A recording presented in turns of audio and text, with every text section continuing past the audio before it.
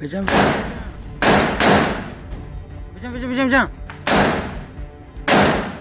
आज का एक किस्सा है बलूचिस्तान का, जहां एक बार फिर रेत पर लिखी जा रही है खून से लकीरें।